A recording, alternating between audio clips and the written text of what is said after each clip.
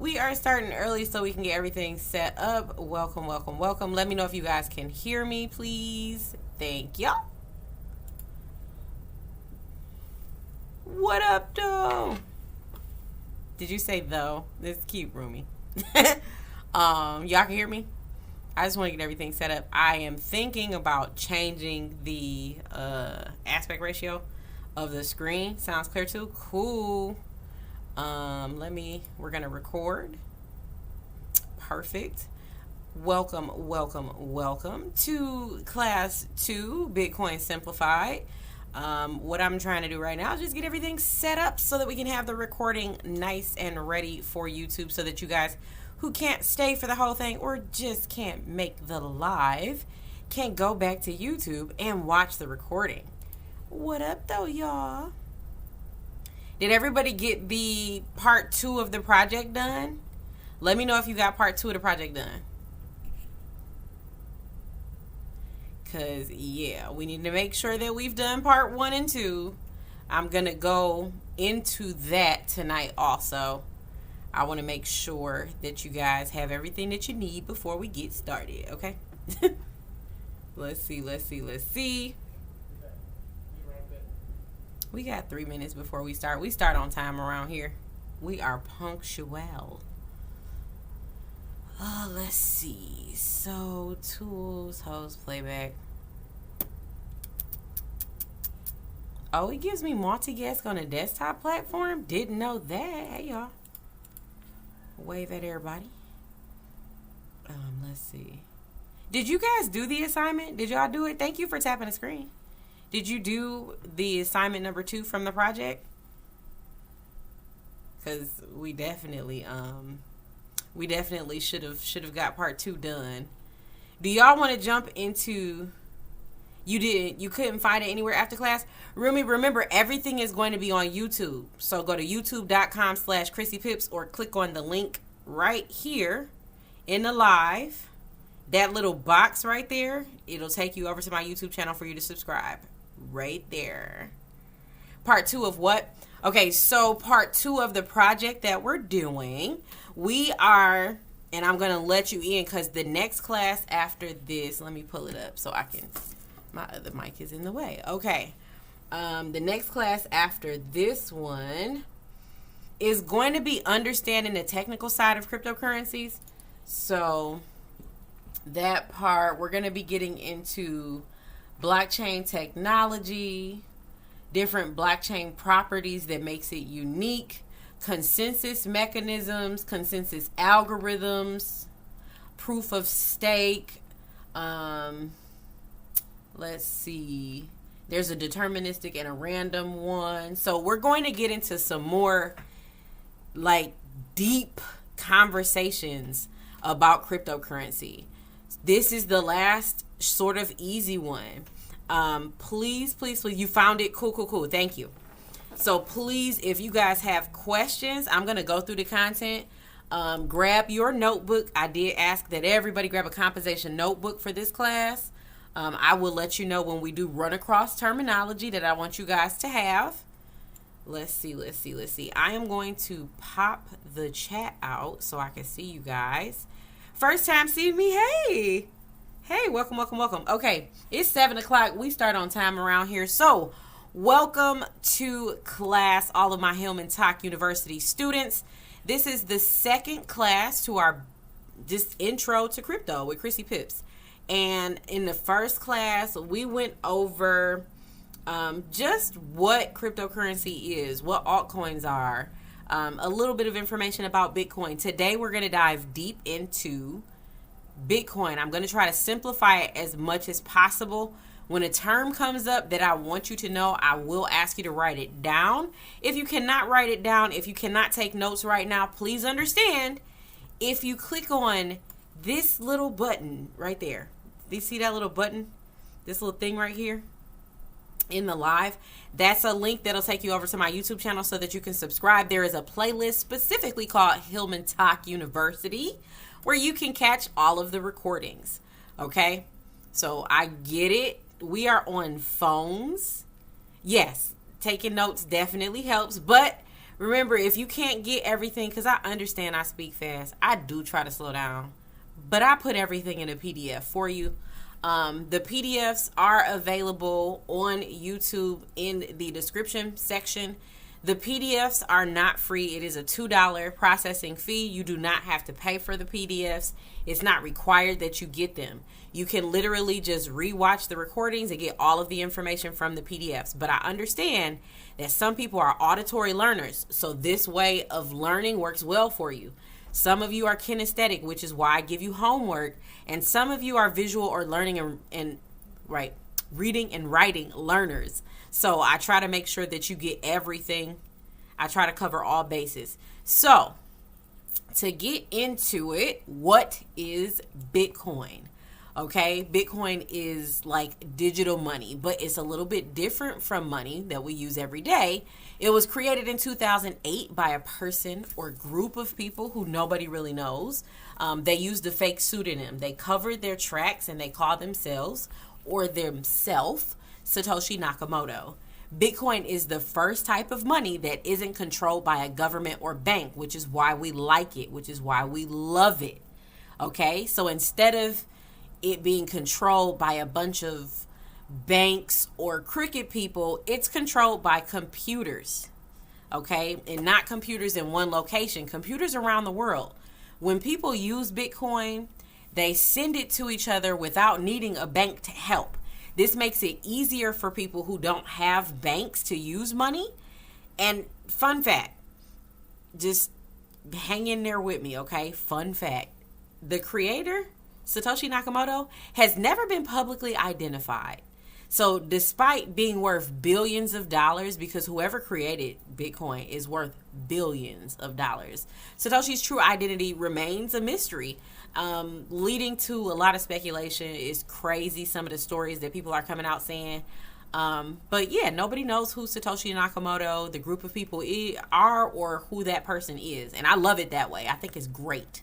Okay, so how does Bitcoin work? Bitcoin is a decentralized currency. If you guys were in last week's class, we took down the definition for decentralized. Just no one person or entity controls it. Okay, it operates on a peer-to-peer network, meaning that transactions can be made directly between users without needing for intermediaries. So a bank doesn't have to be involved. A credit union doesn't have to be involved. A third party does not have to be involved outside of the consensus algorithm.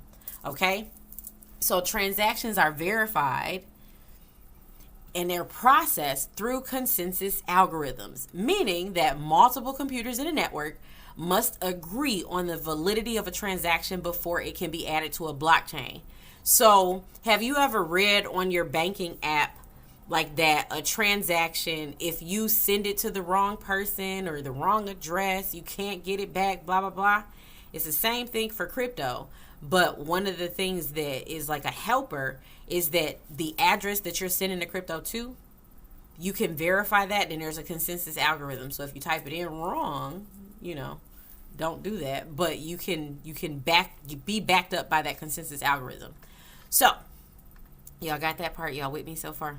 Cool. So that's how it works. That's the long and short of it. We will get into some more, thick stuff. But blockchain, what is blockchain? So blockchain is the underlying technology that supports Bitcoin and other cryptocurrencies. Okay, Bitcoin's blockchain is a decentralized digital ledger. I think I had too much sugar before we started. It's a decentralized digital ledger that records all transactions made using Bitcoin. So every transaction that has ever happened on Bitcoin's blockchain has been recorded, and you can see all of those transactions. I do love the transparency of it because everyone who wants to go look at the ledger can see the ledger. In addition to the transparency, I love the anonymity of it. If you want to remain anonymous, unless people know your specific, hey, Ms. Dayla, your specific is usually 12 to 24 alphanumeric character individual address, they don't know it's you. Okay?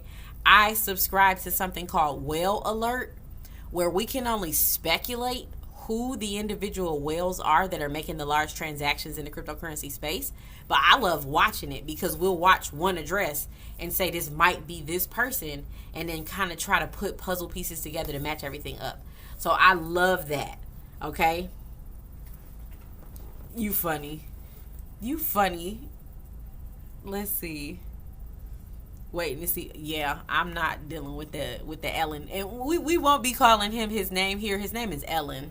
Just a heads up, okay? Exactly, Rumi. We are laughing at Black Girl. Blockchain technology operates as a network of computers that have a copy of the same transaction history.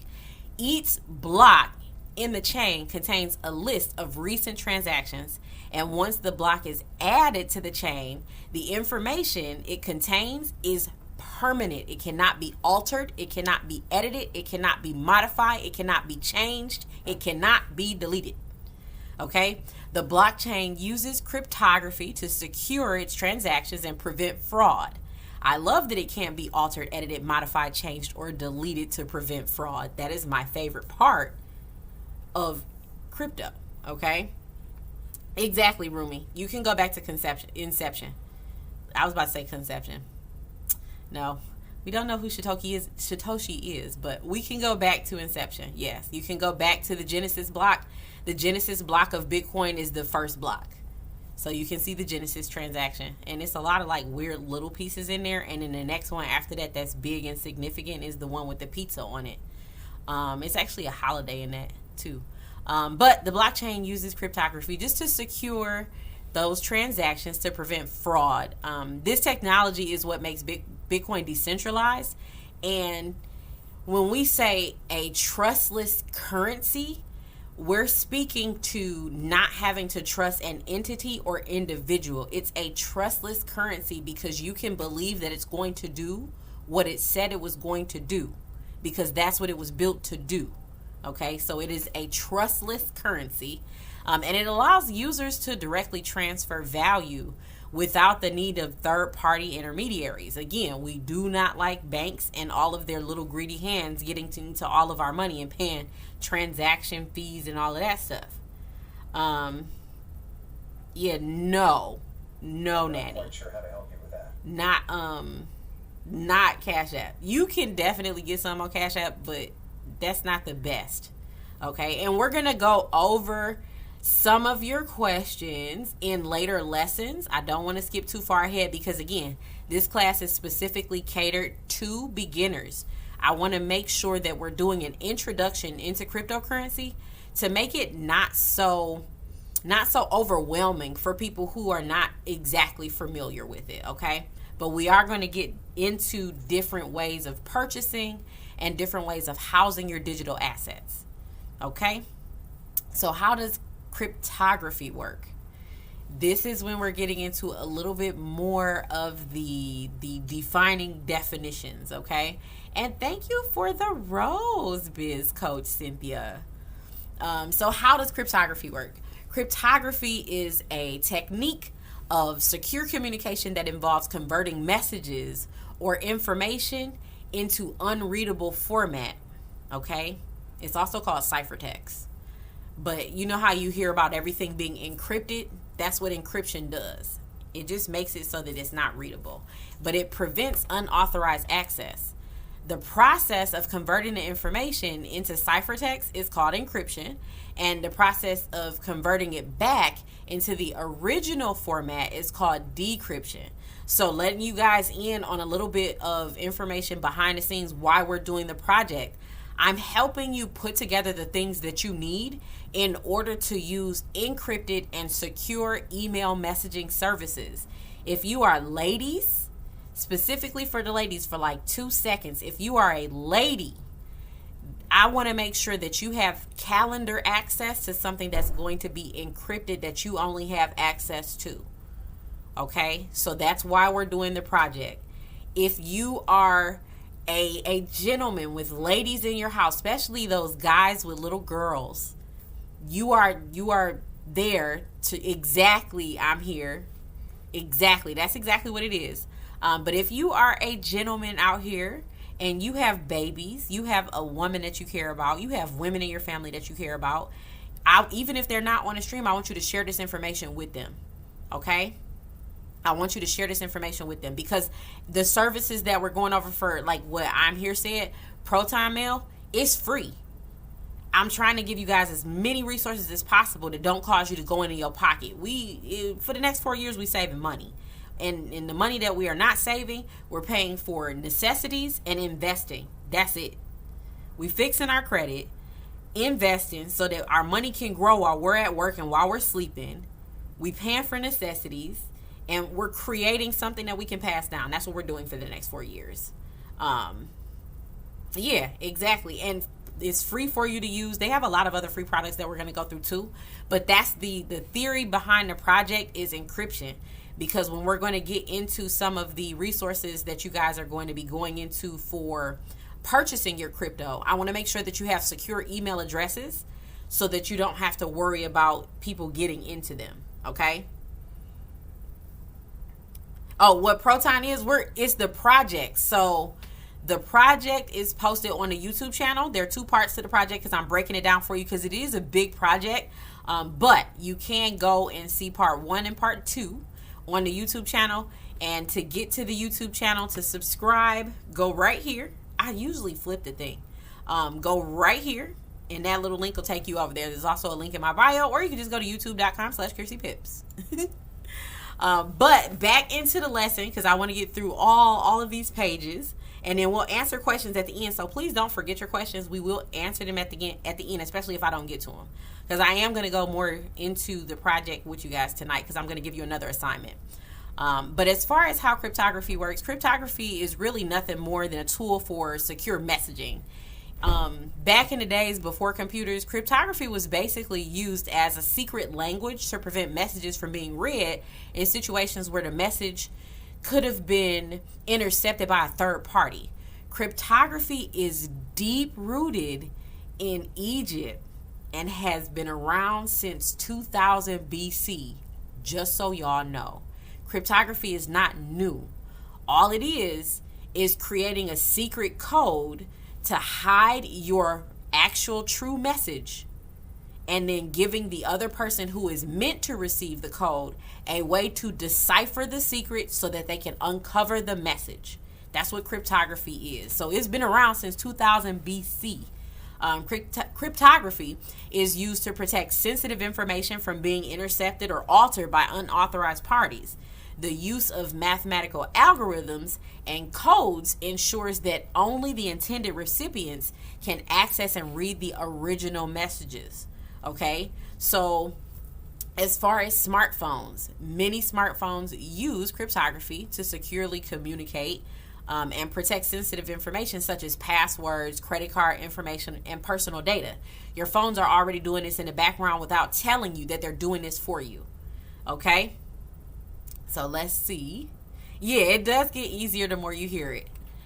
With computers, cryptography is used in computers to secure data stored on just hard drives in general, as well as to secure communications over the internet. So it's called secure socket layer encryption. Is used by websites to protect sensitive information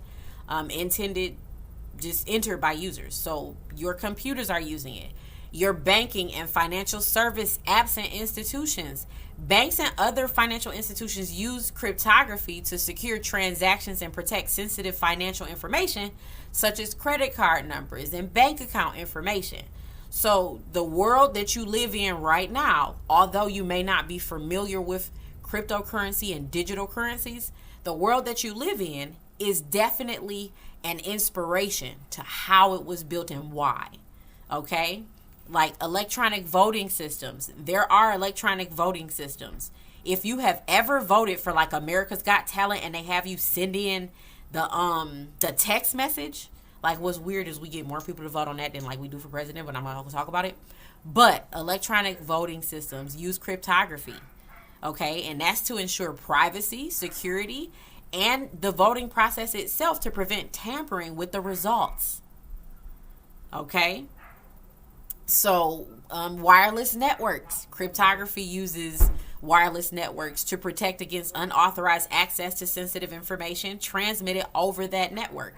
That's why if you work in office buildings and things like that, then you have a internal network in that building that there's a network administrator to. And what they're doing is they're keeping that information in-house so that it stays private.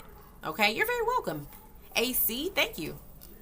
And everything that you're doing, and the reason why I want you guys to follow me with these classes the way that I'm doing them is to kind of demystify crypto in general. It's not as crazy as you think when I start to point out to you that things in your everyday life are already using some of the ideas and technologies behind crypto, because crypto came from a lot of the things that we already do.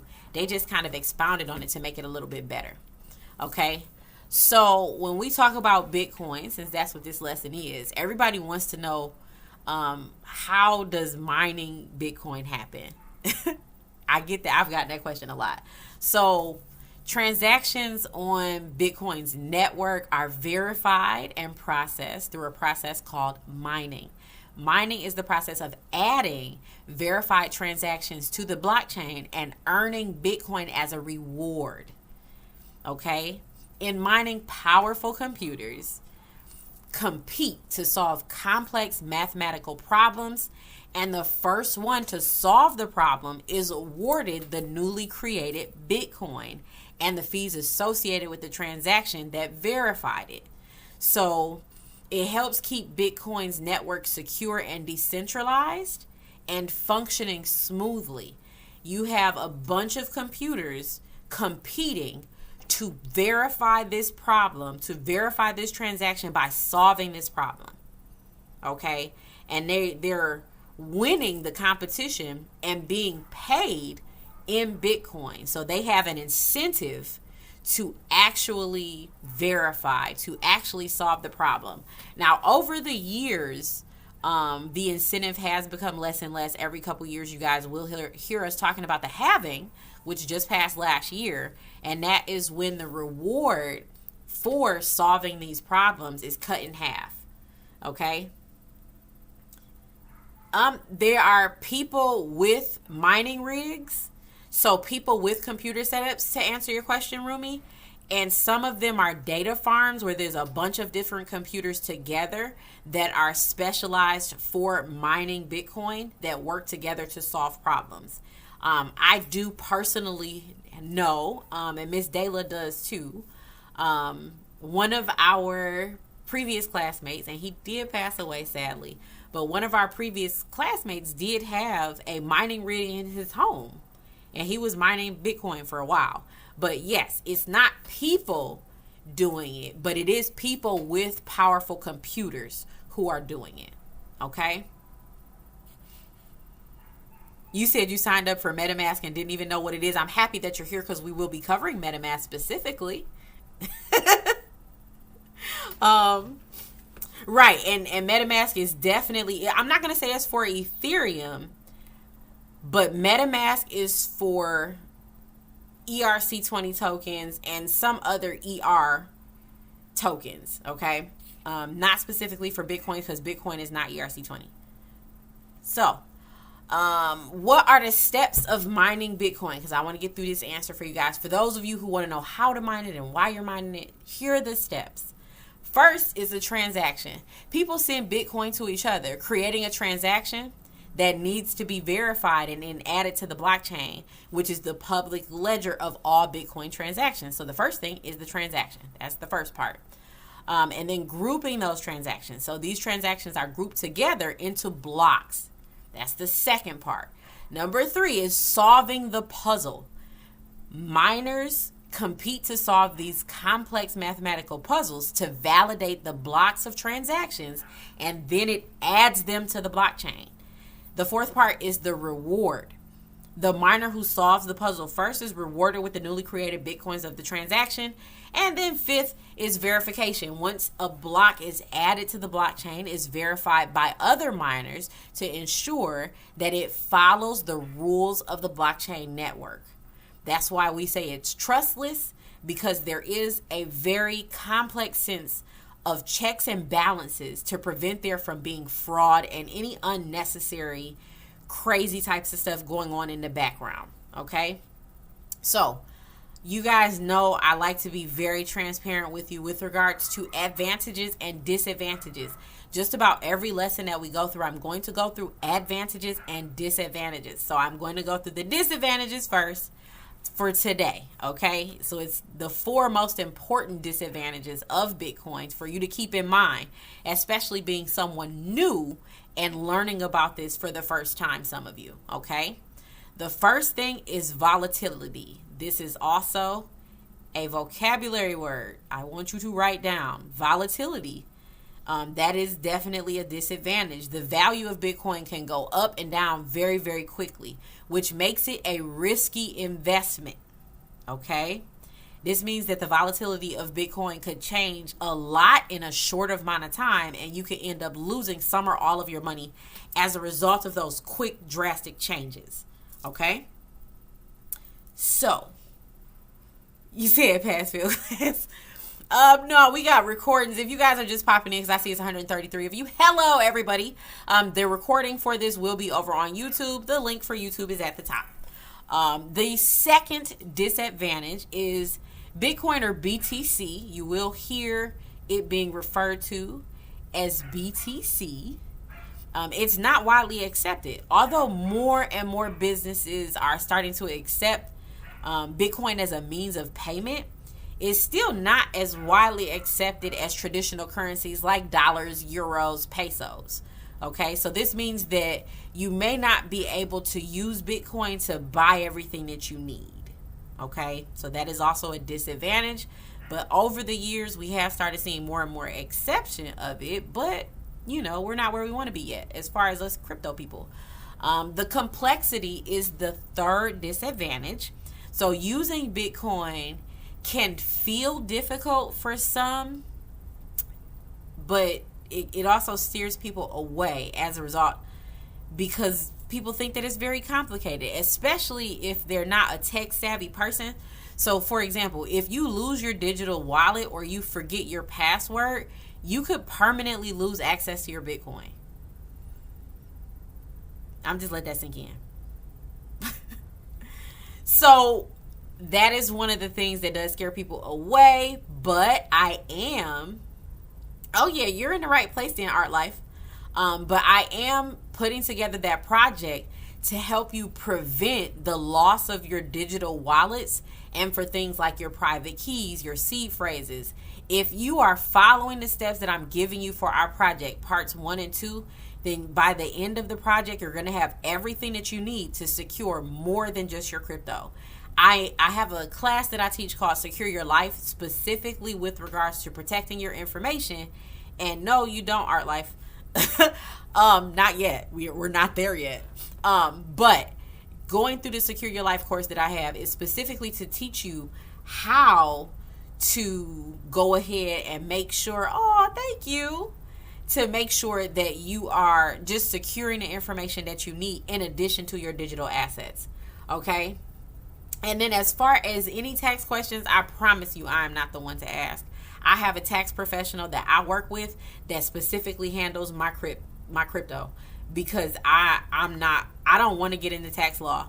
And the reason for that, just to let y'all in on a little secret before we get to the fourth downfall, and then we're going to go through the advantages. But the reason that I choose not to get into the tax law behind capital gains and investments is because there's so many different pieces to crypto. Like, I dedicate my time to crypto. Then I have some projects that I'm doing with my son. I have some investment projects. So I would rather make the money and then let somebody else take care of it. Okay? If y'all get what I mean. Like, I'm not completely oblivious to how it works, but that's just not my area of expertise. Okay? So, I actually do have a Fidelity account. Yes, I do have a Fidelity account. Robinhood, no, but we're going to get into why. But the fourth disadvantage is going to be regulation. Okay, because Bitcoin is not controlled by a government or financial institution, there are some concerns about how it will be regulated in the future, and some countries have already started to put rules in place, but the situation is still evolving and it's unclear of what the future is going to hold on it. But regulation, because it's not clear, because it changes from day to day, that is also a disadvantage to Bitcoin. Now, I do have a few advantages, and they are, if they're complex, drop your questions, okay? But the first is it's decentralized. Not all cryptocurrencies are decentralized, and we talked about decentralization last week. Remember, that is also a vocabulary term, but Bitcoin is decentralized. Bitcoin operates on a decentralized network, making it resilient to censorship and control by a single entity. One person cannot. They will not. They do not have the opportunity to. It is not built to be controlled. Okay, Bitcoin is not controlled by a single person or organization, which means that no one can manipulate the system or steal your money. It's all public information. And when I say nobody can steal your information, if the government ever sends you a tax form telling you that you have to pay them, you don't. That's the only tax thing I'm going to tell you. You don't. Okay. The second advantage is that the transactions are relatively fast and inexpensive. When you hear people talking about like transaction fees, and when I say transaction fees, I mean things like if you transfer money between bank accounts, you have to pay that transfer fee, that wire fee, right? Transaction fees for Bitcoin are minuscule. Okay, it's fast and inexpensive. With Bitcoin, you can send money to anybody anywhere in the world quickly. It does not take more than just a couple minutes. This is especially useful for people who live in countries where traditional banking services are not easily accessible.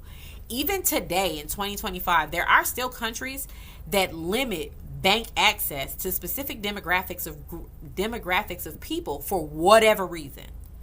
No idea why that's still going on today, but it is. And Bitcoin makes it fast and inexpensive for everybody to go ahead and participate. Okay.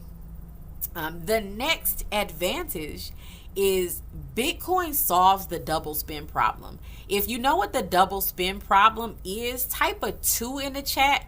If you do not know what the double spend project or problem is, type a 1 in the chat.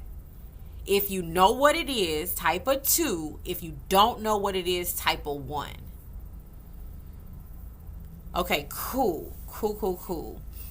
So, when I say Bitcoin solves the double spend project, it's described as the difficulty of controlling or preventing the duplication of digital content, especially with regards to digital money. Okay? Let's pull it up. Let me pull it up because I want to give you a textbook response. I want to give you a textbook explanation because this is something that banks have to deal with. So the double spend problem refers to the risk of digital currency being spent more than once, which can undermine its value and integrity. Right? Blockchain technology, particularly through net mechanisms like proof of work or proof of stake, is designed to prevent this issue by ensuring that all transactions are recorded and verified across distributed networks. So one of the things that I can't stand is how banks use your money. Like, a lot of people don't know, when you deposit $100 in your bank account, the bank actually goes ahead and sends out 95 of that in loans or whatever to other people. So they're spending your money more than once because you still technically have it in your account for you to spend. This creates a unequal balance in the market. Okay? Right. So Bitcoin's preventing the double spend problem, exactly, Rumi, prevents you from overdrafting. You cannot overdraft on your crypto transactions. It will not go through if the money is not there. That is how all banking should be. I should not have $30 in my account and then get charged to overdraft because I spent $31. It just shouldn't have let me do it. And that's honestly something that banks allow so that they can get the additional revenue from overdraft fees. My bank, the bank that I bank with and the credit union that I have, they do not allow overdraft. And I love that. That is why I bank with them. They do not allow overdraft. Overdraft is something that can be prevented. The one bank, and I do not like this bank, but I am going to give you this example because if you have them, this is the advantage of having them. One bank that I do like their idea of overdraft is Bank of America.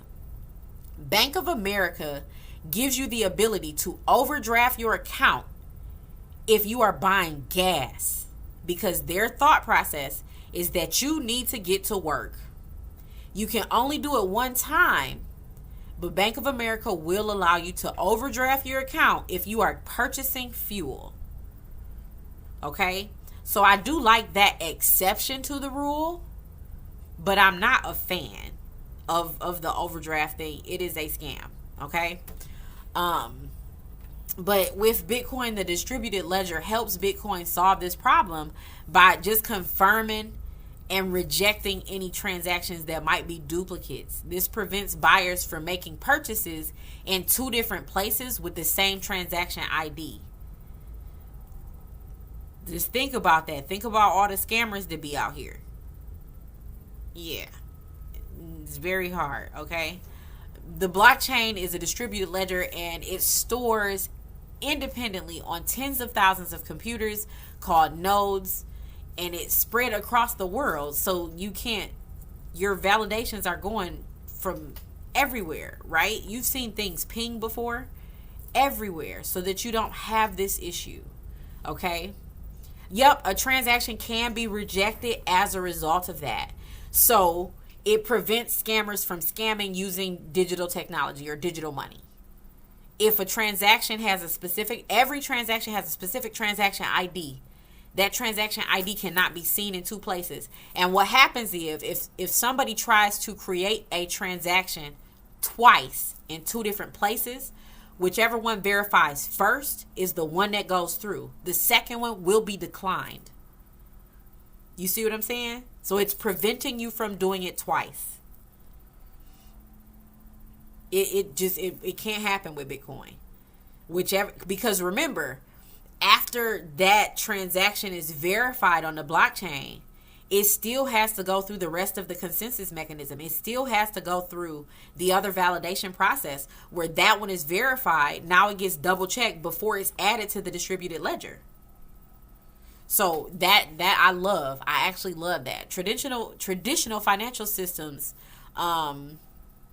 they can't really solve this problem. They've tried to do it by employing third parties like bank payment processors, and then relying on governments to help the trusted third parties, but honestly it doesn't work. And the crazy thing that I found out, like in doing all of this research, is that banks don't tell you how many times a day that they've been robbed, because I'm not talking about like somebody going in and sticking up a bank. I'm talking about people doing it digitally, even if it's pennies off of members' accounts, customers' accounts, even if it's pennies from their customers. They don't tell you how frequently that happens. Yeah, it's definitely simpler than banks. It's definitely simpler than banks. I showed y'all my card last week. I'll grab it before we get off. But yeah, you said, okay, you got it now. Cool. I'm happy that you're keeping up. The next advantage outside of solving the double spend problem is going to be anonymity. Anonymity is, yeah, I'm going to drop the link information for the card for y'all, because when y'all order them, it is going to take like 2 months for y'all to get it, maybe longer because of all the tariffs. But it does take a while. Don't worry. I'll make sure that y'all get it, though, because I love being able to swipe it. But the next advantage is anonymity. Transactions made with Bitcoin are not directly linked to the identities of the users, providing a degree of anonymity. Okay. However, it's worth noting that Bitcoin transactions are not entirely anonymous.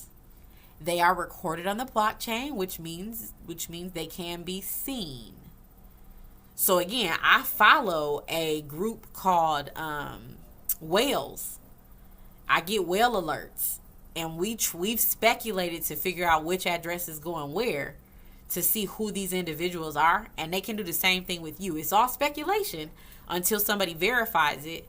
And I'm going to walk you guys through setting up your first Bitcoin wallet. The first Bitcoin wallet that you're going to set up does not do KYC.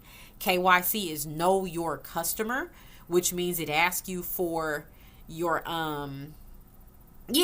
it's recorded. It'll be on the YouTube channel. Click the link up there. Go ahead and subscribe. It is a playlist called 𝐿 University, so you'll be able to find it. This is class 2. But just the anonymity behind it is what brings me to it, because you can still be found, but I'm going to walk you guys through setting things up so that you don't have problems. Okay? The next one is Bitcoin is secure. Bitcoin is not impenetrable, but Bitcoin transactions are recorded on a public ledger in that blockchain. It's very difficult for anybody to cheat the system or steal your money. The blockchain is like a big public book that everybody can see. So it's easy to spot if somebody tries to do something crazy. If somebody tries to do something a little shady, it's a public ledger. Everybody's going to be looking at it like that transaction was verified right there. Why is it moving? That's weird, right? So, yeah. So those are just some of the advantages. Like I said, I'm going to drop the information so that you guys can get this. If you are a note taker, cool. There is what is this, 11-page PDF?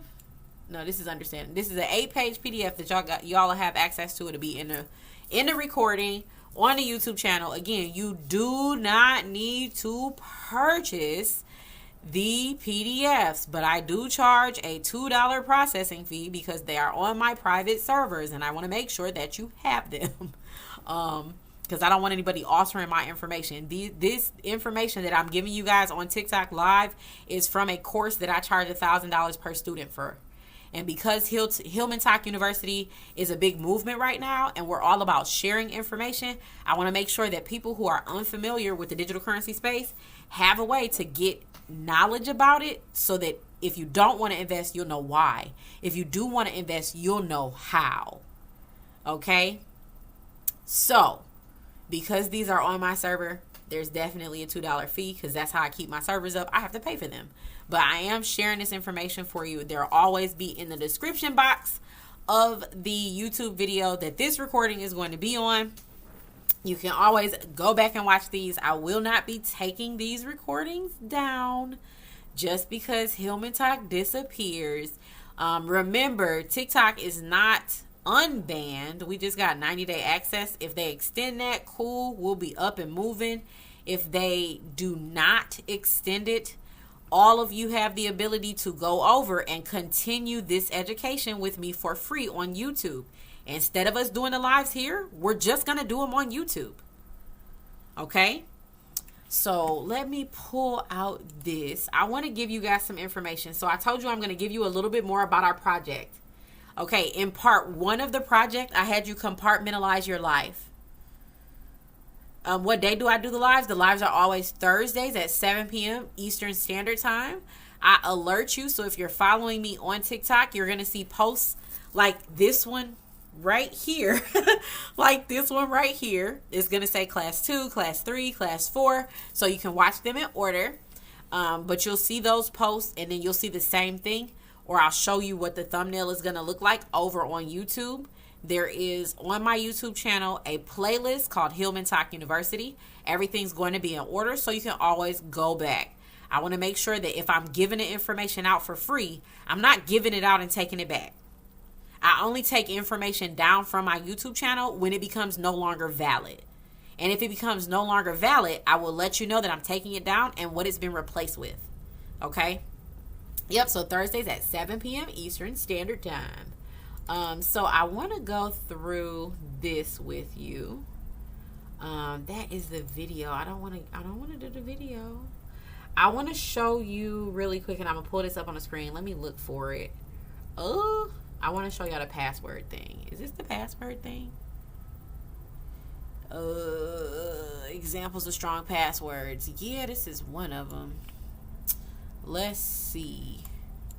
So let's go here, and I want to add a screen. Is it gonna let me add a screen today? Let's see. Give me 1 second, y'all. I want to add a screen. So here we go. There we go. I want to add a display. Let me move me out the way. I'm gonna move y'all over for a second. Hold on, because I'm about to show some stuff on my screen, and then I'm going to turn this on, and we're gonna show that one. Okay, so y'all can see it. Let me make it a little bit smaller so it shows up down here. And let me know in the chat really quick, y'all. Do y'all want me to change these to landscape so that y'all hold y'all phones the long way? Like, would you rather hold your phone this way? Because then I can put more stuff on the screen. Like, cause this, I'm about to move this out of the way, and then I'll make this big enough for y'all to see it right here, and then we'll make that big. But yeah, if y'all want me to do it that way, I can do it that way too, cause it shows up better. It shows up better on the YouTube recordings. Okay? But it's up to y'all. Just let me know. I might put a poll in here. Put a poll in. See what happens. We'll see. But, is he going to let me do it? No, I'm not going to add a source. So, examples of strong passwords. Let me see. Oh, I don't want to add a poll. I'll add a poll on the next one. We'll do a poll on the next one. Okay, you said this is fine. Y'all say this is fine? Let me know. Okay, do me a favor, because I'm just going to do a quick tally. Put a 1 in the chat if you like it how it is. Put a 2 in the chat if you want it the long way. Like if you want it this way. A 1 in the chat if you like it this way. A 2 in the chat if you like it this way. And the reason why I'm asking about this way is because y'all can watch the recordings on YouTube and it'll be wider. It'll be bigger for you. It'll be the same format, so it's not smushy. But if you did, okay, we see. It's pretty, it's a lot of y'all. Okay, so if you did part 1 of the homework, I did have you compartmentalize your life. So I had you take some index cards. Where are my index cards? Hold on. I'm gonna grab my wallet too since I'm right here. Okay. I wish I could use my green screen for this, but yeah. So I had y'all grab some index cards, different colors, or the same card, and I had you compartmentalize your life. So you might have had one pink card with your financial stuff on it, and a yellow card with your subscription stuff on it, and maybe an orange card on it. Y'all can't even see the colors. Crazy. Oh, it did sort of. An orange card on it with like the kids' school stuff. So I had you compartmentalize your life. That was the first assignment. If you haven't done that, please go ahead and knock that one out. It's in more detail on the YouTube channel.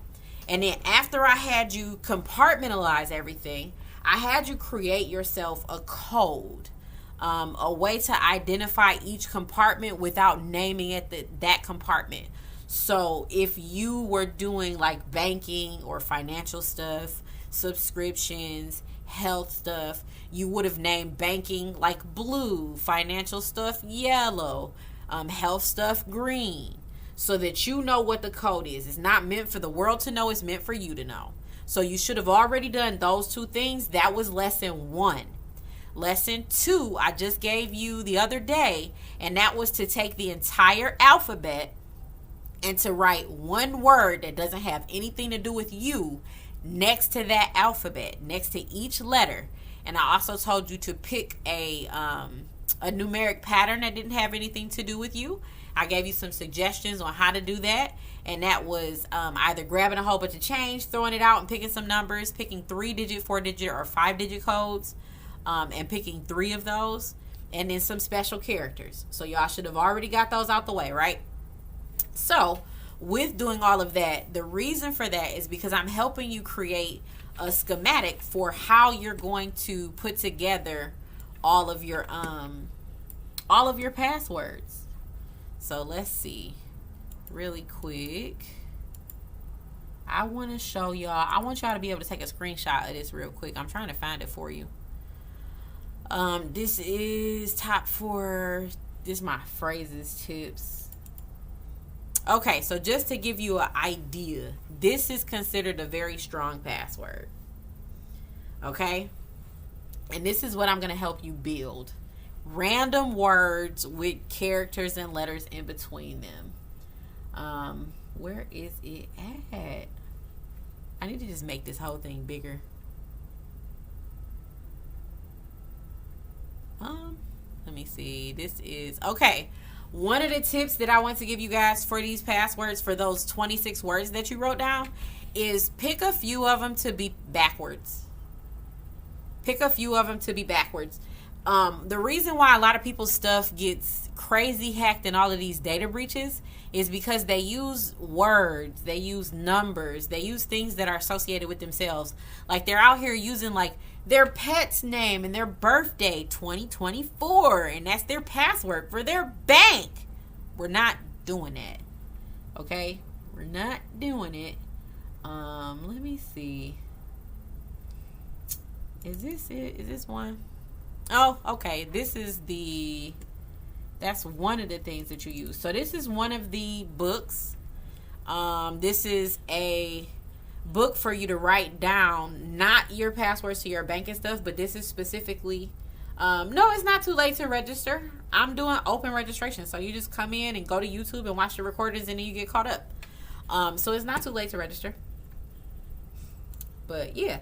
So this is one of the books. It's Shieldfolio. This is the password book that they have with the little blue light, and it is invisible ink that can only be seen with the blue light. I love that. This is the book that I showed y'all in the video. I think I actually need to make that public because I showed that to y'all in the last one. But this is the type of password book that we're going to be using. Or you could create your own by just grabbing a book, cutting out the tabs, and creating an alphabet on it. But you'll be writing down your usernames, your passwords, and you'll also be writing down some additional little notes that might help you get into it. Okay? This is in my TikTok shop. You do not have to buy it from my TikTok shop, but I think it's like $4. Let's see. I'm trying to give y'all, because this is from my actual course, but create online accounts for your teens. Yes, if you are parents, please do this. My son knows not to post any pictures from where he is unless it's 24 hours after he has left for safety and security reasons. Your children should know that also. You as an adult,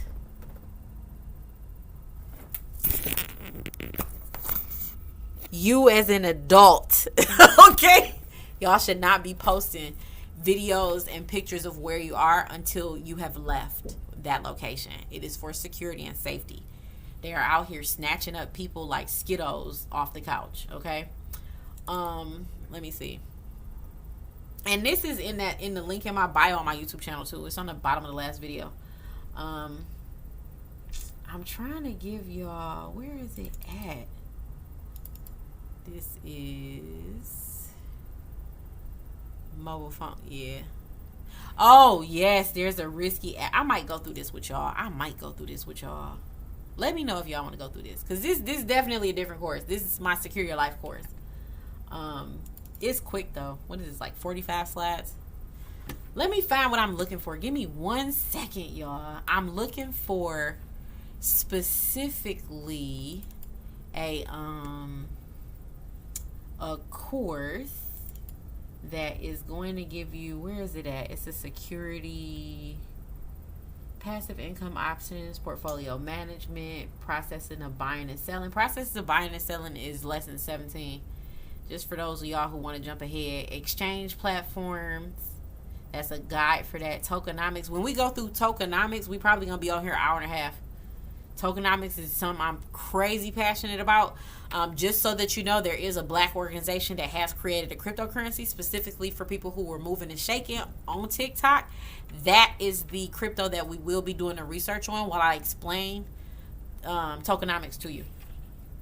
Okay, ICOs versus STOs, creating crypto. Okay, mining, how it works, understand technology. I got like 50 things on here. I'm looking for a bonus. It's a bonus course I got. How did I hide my bonus course for myself? Aww. Okay, so the website is Have I Been Pwned? I'm just going to pull it up and I'm going to show y'all because that's where we're at with the stream. I want to show you. So there was a website called Have I Been Pwned? Hold on. Y'all got to see yourself for a second.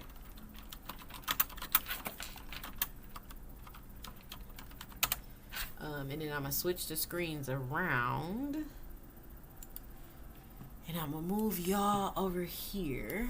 And then I'm going to move this right here. Okay. This is the website.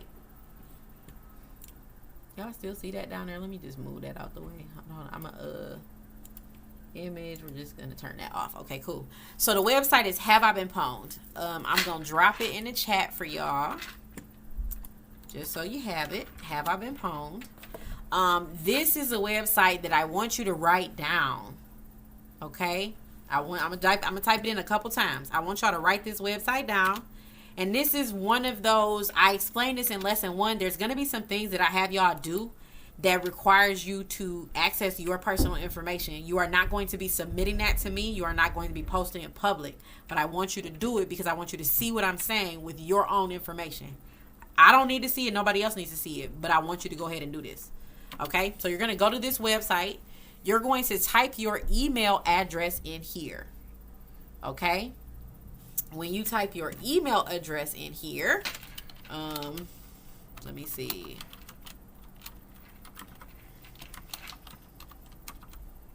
I'm going to put one in here and I'm going to just show y'all what comes up. This crazy website I like to use because it tells you every data breach that email address has been in.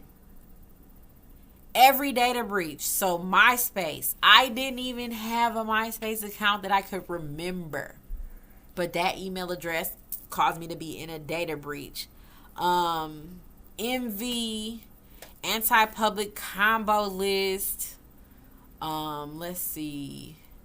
Verifications.io. Eat Street, which is the app that I had for ordering food online. Poshmark. This is one of those companies that does like the gaming apps, and me and my son used to play like lots of games on like our tablets. Okay, but with this, when you put in your email address to this website, save it for yourself later. It's going to tell you what was leaked for that breach. So with this data breach, my email address, any employers, geographic location, job titles, names, phone numbers, social media profiles was all leaked from this data breach, October of 2019. Okay? So I'm going to keep typing it in the chat just so y'all have it. Okay? I'm just going to keep dropping it in there randomly. It's in the chat. But see, like this AT&T 2024 March, what was leaked? My date of birth, my email address, my government issued ID, my name, phone number, and physical address. I don't even have AT&T. I haven't had AT&T for more than 10 years. And my information, this information was leaked. Okay? You said y'all can't see it in the chat? Here. I'm just going to keep dropping it in the chat. If somebody could copy and paste it for me, I'm just going to put it in there a couple times. Okay? Okay, y'all got it? Can I pin it? Can I pin it? I can pin it. There you go. Don't mind me. But this is just one of the websites that I want you to use. Okay? You said it's not showing? Yeah. Have I Been Pwned? And it's PWNED. Have I Been PWNED.com. Okay? Oh, TikTok is removing URLs? Okay, give me 1 second. I'm going to back it out for y'all, and I'm going to put some spaces in it so it's not a URL, okay? And then I'll pin it like that. Give me 1 second. We're going to make that I. We're going to do this. Give me, wait, don't make me lose it. There we go. Okay. Is that one pinned for y'all? Let me know if y'all can see that one. Y'all got that one? Okay, cool. Cool. Thank you. Okay, cool. So, you're going to go to haveibeenpwned.com. You're going to type in your address. Your email address, I mean. Okay? So, you're going to type in your email address, then hit enter. It's going to give you all of the data breaches that you've been in, and it's going to give the information. So, MGM Resorts, my birthday, my email address, my name, phone numbers, and my physical address. It's all leaked. All this information is leaked. This is unverified data source.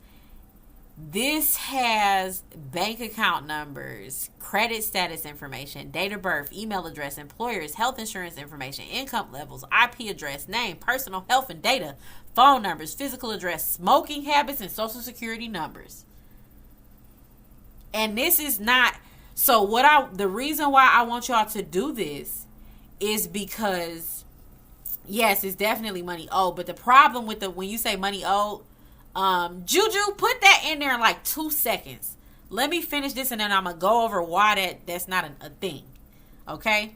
But this information, when you're thinking about it being leaked, you have to remember that healthcare systems are being hacked into.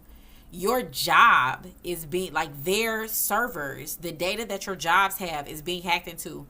Have you ever filled out one of those background check things because you've applied for a job? You have to fill out a lot of information when you do the background check to get a job. You have to let them look into your address history. You don't have to, but they ask if they can look into your address history, your previous work history. If you have information up on different websites about, like, if you have a LinkedIn profile, they're going to be able to see stuff like that. And if that, like, LinkedIn has been hacked before. Ooh, my ponytail falling and it hurt. But LinkedIn has been hacked before, right? So it's just, it's information that's out there that you can't get back. And the thing is, now this goes back to the reason why we're putting together the project. Okay, I know it was hurting. The reason why I'm having you do the project is because we are going to be using Proton Mail. If you guys want to do this now, you want to jump ahead, I'll allow it. And I use DuckDuckGo browser because it's more secure than Google. Okay, this is Proton Mail. Welcome to Proton Mail. This is a free email service that provides you with encrypted email services. Okay, this is free. I'm not going to drop an affiliate link because I don't get paid to promote them. I promote them because I trust them, because I like them, because I use them. I refer people to things that I like and I trust. Okay, so my browser is DuckDuckGo. And I'll pull up that too, just so we have a tab open so we can go back. Can I copy and paste, y'all? Oh, DuckDuckGo. Here we go. Okay, personal data is nobody's business. That's why I use this too. So DuckDuckGo you can use on your computer as well as on your phones and tablets. But back to Proton Mail. If you compartmentalized your life, you created all of the compartments, you created the phrase that's going to be associated with it, feel free to go to Proton Mail, and you are going to be required to create an email for every compartment. Somebody in the chat put, why are we creating so many emails? The reason why I want you to create so many emails is because y'all seen what happened in the data breach, right? Y'all seen how much of my information was out there. The AT&T data breach leaked a bunch of my information, right? Why are we creating so many emails? Because if you can put things in a compartment and that compartment gets stolen, you don't have to reset your life. You have to reset that compartment. Okay? Like, thank you, Rumi. But I was in a data breach with AT&T. AT&T, I use Xfinity, but like now under my bills, that is in a category with my bills. Okay? And I'm going to tell y'all how I have that specific category set up. So what's in that category is my internet bill, my phone bill, because those are two services that I do not have to have. They are not necessity services. They not my roof. They not my car. Those bills are in a separate compartment by themselves because T-Mobile, I've been in 5 data breaches with them. Okay?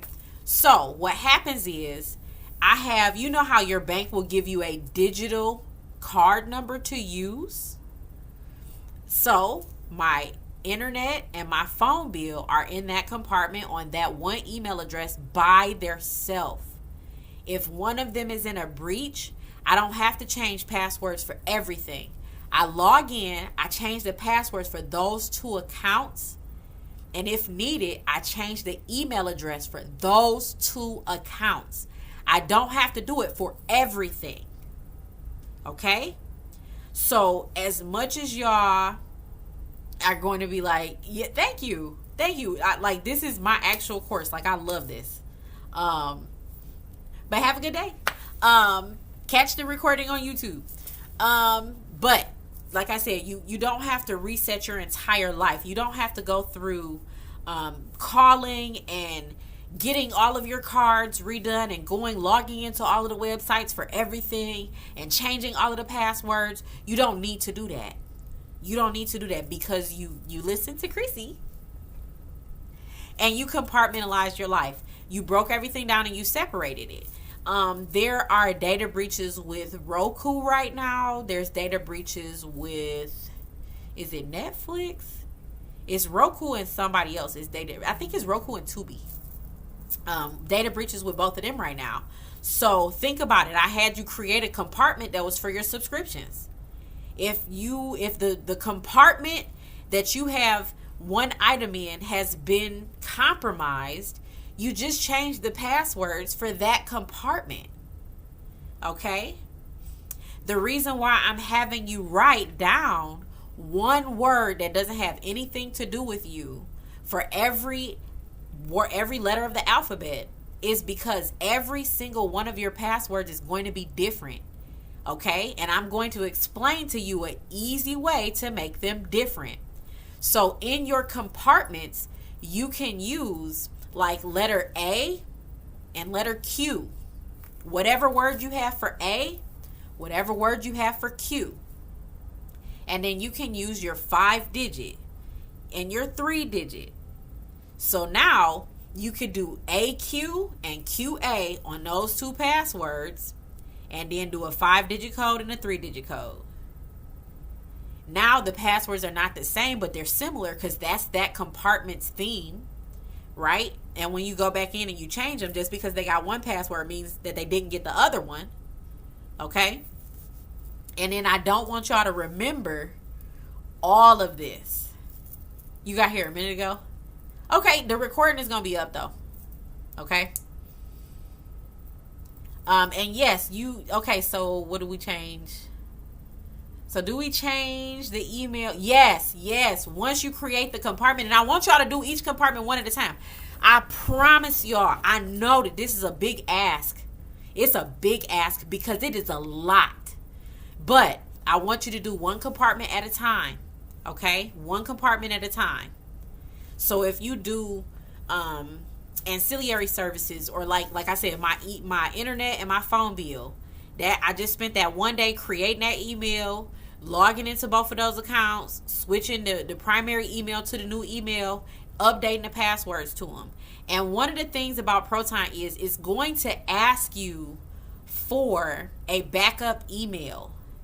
You are going to follow these instructions. Okay? Step 1.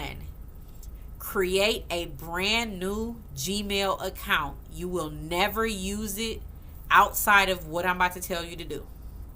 You're going to create a brand new Gmail account. You are not going to forward anything to it. You are going to use that as your very first or your alpha Proton Mail account. you can create just a random one just to use for this too. Because when you create your ProtonMail account, it's going to ask you to what a backup email is, so that it can help you get in if you forget your password or something. But all of our emails are Gmails that we're using. Do not use one that you already use. You're going to create one specifically for this purpose. Okay? And once you compartmentalize everything, you'll have I'm going to say less emails. Because one of the things too, and we'll go over to DuckDuckGo. One of the things too, one of your compartments is going to be junk. You're going to have a junk compartment. But your junk compartment is going to be a Gmail, not the one that you're using as the backup, but it's going to be a Gmail. But it's going to use your DuckDuckGo masking email address. DuckDuckGo gives you a masked email address that you can put in for little surveys and stuff that you want to do online. Stuff that you kind of want to see but you don't want to be a part of, especially when everybody's asking you to join my mailing list and you don't really want to, but you want their free product. DuckDuckGo gives you the ability to use a masked email that will remove any trackers from the emails getting into your inbox. Okay? You're going to use that for like your junk mail stuff. Okay, I do have an email subscription list. I don't even use it, so that's why I don't ask people to go to it. But I am definitely one of those people. Also, I want you to take this too. This is just another one for y'all to write down. 10-minute mail. 10minutemail.com. You see, overwhelmed but certainly need to hear it. Well, don't feel overwhelmed. The recording's going to be up on YouTube. Click this link to get to YouTube and subscribe. The playlist will be put together. Y'all will be able to get all of this. Okay, you screenshotted it. Cool. So 10-minute mail, you just go to 10minutemail.com. It's a 10-minute email. So sometimes you might want to get the free stuff. You might want to be on the mailing list. But for 10 minutes, it's going to give you an address to put into those fields. And then it'll pop up here. It'll give you your email. And if you need more time, like it's a little button here for you to add more time to it, because 10-minute mail will give you like an hour if you keep clicking the button. But if you don't want to give out your email for real, this is how, especially if it's some email that you don't want to get any follow-up from, you just use this. Now, please keep in mind that some websites are savvy to this and they won't let you use these because of the endings on them. But for the most part, I've not had an issue. But that is why I have a junk email with a DuckDuckGo attached to it, with a mask attached to that. And I'm going to do a tutorial on it. The tutorial will not be on TikTok. It will be on YouTube because more and more people keep asking me about my DuckDuckGo. I use DuckDuckGo on my phone because when I go to websites, you'll see little bubbles pop out and it'll cross all of the lines out. It's going to tell you all of the trackers that you can't use. Let me do something really quick. I am going to go to, how come it won't tell me I'm live? I can usually hop in my lives. I was going to share something with y'all. That's rude. It let me hop in my lives before. Okay. Well, I'm going to show you, what about VPNs? Let's go to prices. VPNs. ProtonMail Unlimited. Storage easy. There's one thing that I want you guys. Okay. Proton Calendar, Proton Drive, Proton VPN. VPN services is a part of Proton, and Proton Pass. Proton Pass is another one that I use. I use this because I have over 300 passwords. It was 313 the last time I checked. AKA 313, baby. But it gives you the ability to repeat the purpose of DuckDuckGo. I got you.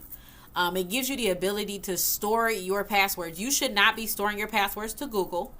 This is another part of the assignment, so y'all are getting this information ahead. I'm not asking you to do it yet, but you will be asked to create a account linked to Proton Pass, and then you will be asked to log into everything and have Proton Pass save your username and password, and then you will be deleting your password history from your Google account. Google will no longer be saving passwords for you because it is not safe.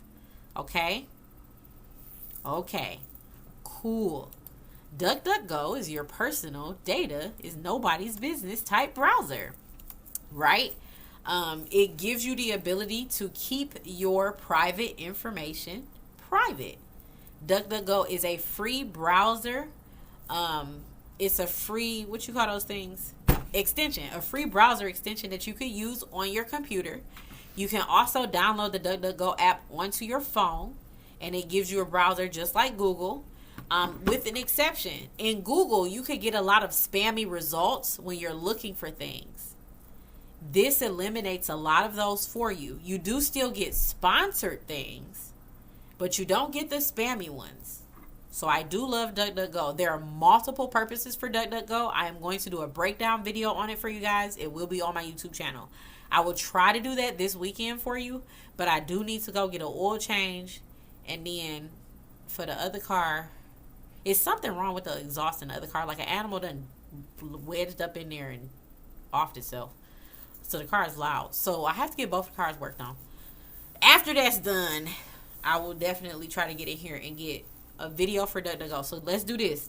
Y'all are going to hold me accountable, right? Because our community does that. Let me find a pencil. I'm going to put y'all on the yellow card. Got a pencil right here. So we are going to do...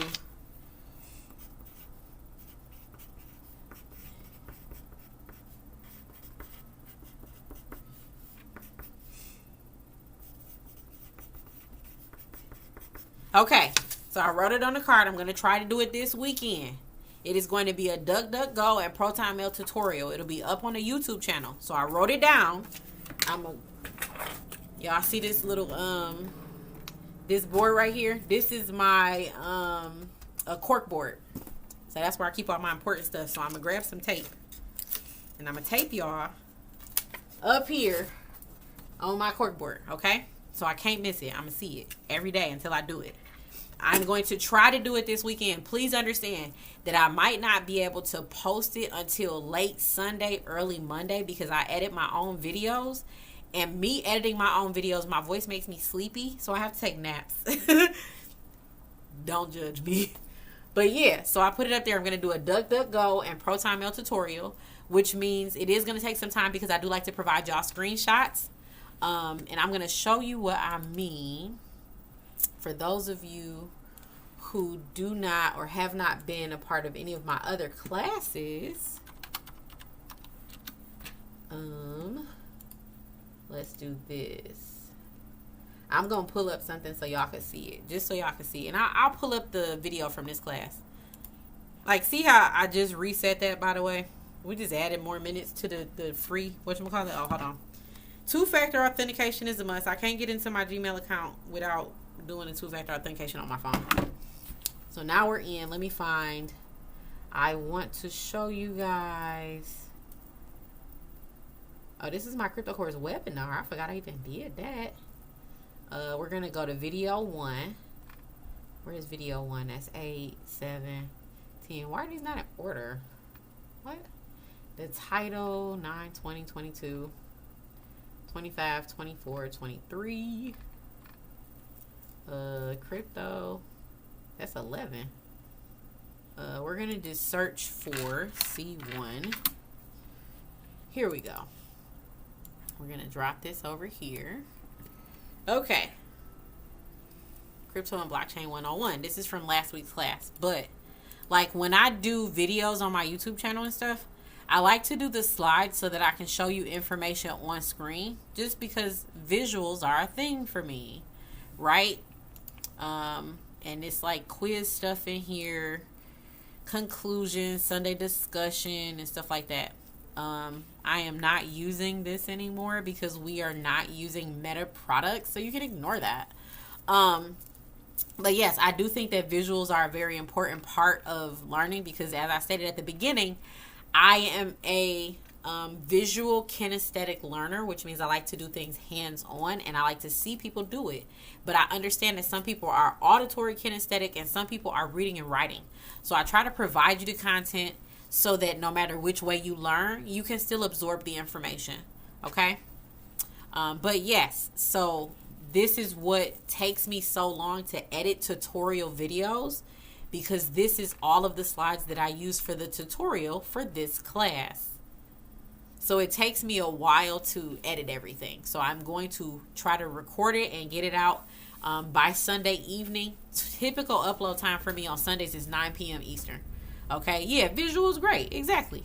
Because sometimes you need to see, like, this is that blockchain, and this is that consensus, distributed ledger, the computers and everybody doing the cryptography. Like, I needed to show y'all that. I needed to show y'all that there are checks and balances. I need to show you the check, and we need to talk about the advantages and the disadvantages, and there has to be some sort of visual. Okay, because that's how I learned. Okay, but let me pause this. We'll pause this. I'll bring this back over here so I can say my goodbyes to y'all, because we are 16 minutes overdue. I know that other educators, other professors have their classes going on. I actually have classes that I want to get to too. So I'm going to let you guys go here. Thank you for hopping on. If you're watching this on YouTube, I hope you guys are having an absolutely amazing morning, afternoon, or evening, wherever you are in the world, and I'll see you in the next video.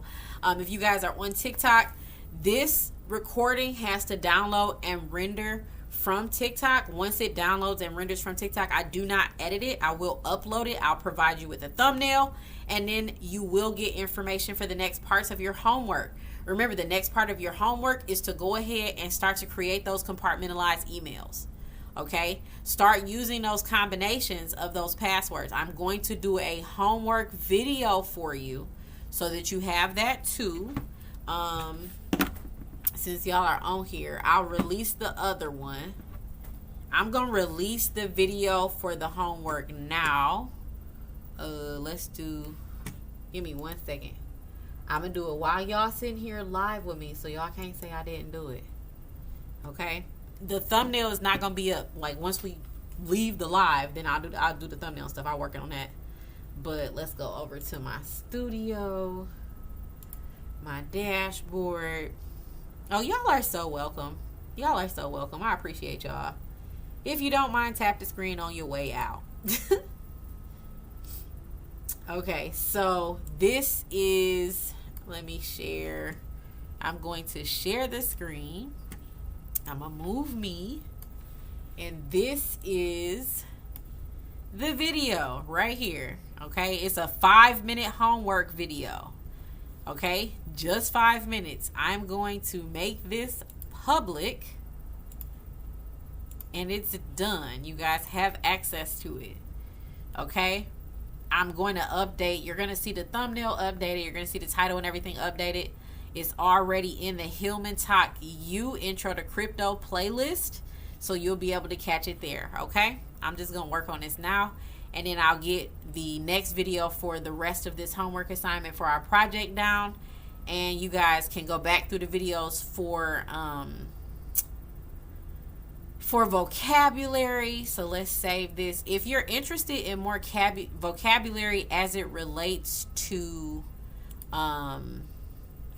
crypto and just investing, this is the playlist that I have for different terms. So you're going to hear about volatility, quantitative easing, buying and selling, consolidation, exchanges, liquidity, mitigation, market participants, crypto market participants, fundamental analysis.